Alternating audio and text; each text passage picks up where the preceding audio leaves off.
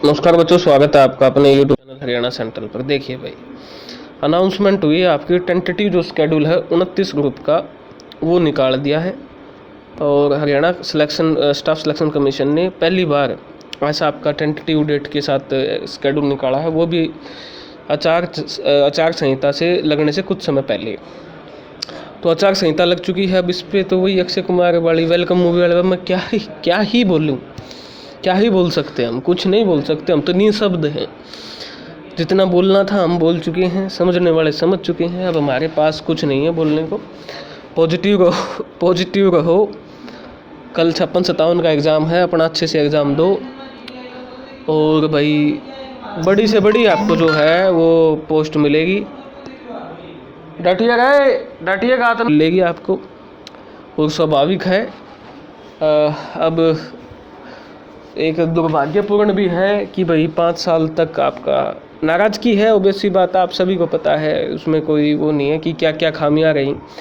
Bharatiya Janata party ने खुले मन से बता रहा हूँ, एक कमी छोड़ दी, वो है सीटी क्वालिफाई। नहीं तो बिना खर्ची पर्ची के बहुत गरीब लोगों के बच्चे लगे हैं। टीजीटी में गरीब लोगों के बच्चे लगे हैं, पीजीटी में लगे हैं, ग्रुप डी में लगे हैं भाई। और बहुत कांग्रेस से ज़्यादा आपकी नौकरियां दी हैं, इसमें कोई शक नहीं है। एचकेआरएन में खूब लाई है।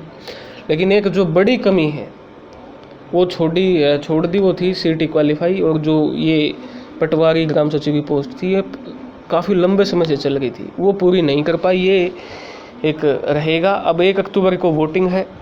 अब बड़ा सवाल ये है, 1 महीना बचा है 1 अक्टूबर में, लगभग 1 महीना 40-45 दिन। तो अब परमिशन लेनी पड़ेगी। और परमिशन की भी 2 धारी तलवार है। परमिशन ऐसा है कि अब टोटल पोस्टें कितनी बची है आप देखो, इन 29 ग्रुप की वैकेंसी, ठीक है।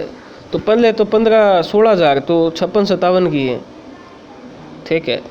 उसके बाद लगभग 4 हज़ार आपकी जेई की है, 20 हज़ार, और लगभग 6 हज़ार ये हैं, 5 हज़ार मान लो, 25 हज़ार, तो 24 हज़ार मान लो। चलो 24 हज़ार तो ये होगी आपकी सीईटी की पेंडिंग है, जिनकी ज्वाइनिंग पेंडिंग है। 24 हज़ार वैकेंसियों की, 24 नहीं, उसकी 12 की थी ज्वाइनिंग, तो ये लगाओ 22 हज़ार, हाँ लगभग 22 हज़ार, ठीक है। क्योंकि कुछ वैकेंसी बड़ी भी है ना, 1500, तो ये 22 से 23 हज़ार, 22 से 23 हज़ार मान के चलो आप। तो 22 से यहाँ लिख देता हूँ, 23 हज़ार तो आपकी सीईटी की है, जिनकी ज्वाइनिंग पेंडिंग है। उसके बाद आपकी पुलिस की है 6 हज़ार, जिसकी ज्वाइनिंग पेंडिंग है, तो ये होगी 30 हज़ार टोटल, ठीक है। उसके बाद आपकी पेंडिंग किसकी है, और आपकी पेंडिंग है भाई रिजर्व पोस्ट होंगी कुछ थोड़ी मोटी जो बची हैं आपकी 24 ग्रुप की, उनकी पेंडिंग है।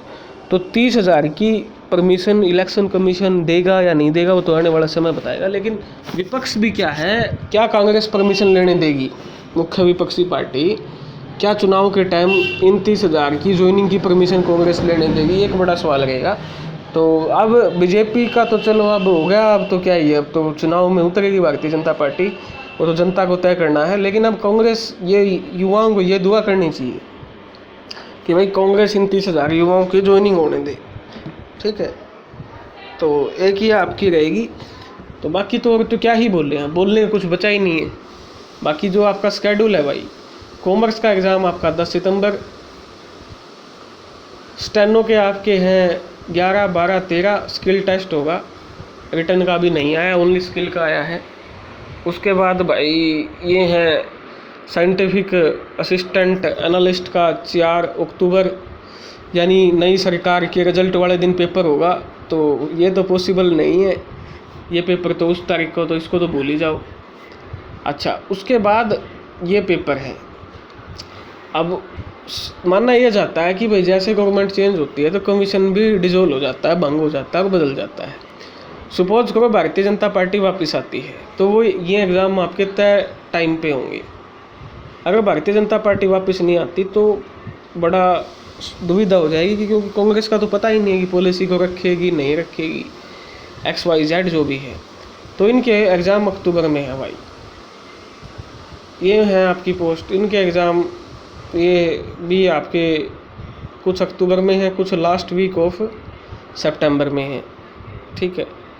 और ये हैं आपके एग्ज़ाम मिड सितंबर में, ये भी मिड सितंबर या लेट सितंबर। और पीआरटी जो है आपका जेबीटी का, ये है आपका 28 सितंबर का, ठीक है। तो ये आपका नोटिस है, इनके हिसाब से अगर तैयारी करना चाहो तो कर सकते हो भाई, बाकी तो अब क्या ही बोलें। धन्यवाद। जय हरियाणा, जय भारत।